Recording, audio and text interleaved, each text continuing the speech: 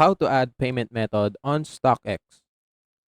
Hello, welcome to our channel, and in this tutorial I will teach you how to add payment method on StockX. So please watch till the end to properly understand the tutorial. And if you guys are wondering, you can check out the StockX website using the link down there in the video description below. So without further ado, let's get started. So I'm here in the StockX dashboard. So I already logged in my account. So if you want to add payment method, you just need to go to your profile. You can just click it right here on the top right corner, and after you click it, you just need to go to the settings. So after you click settings, it will be redirected to this page. So this is the settings. So you can see a bunch of options right here, but we might need to go to the wallet section. So click wallet section, and after you click wallet section, you will see this two information: buying info and selling info. So this is where you will add your payment method. So just click edit.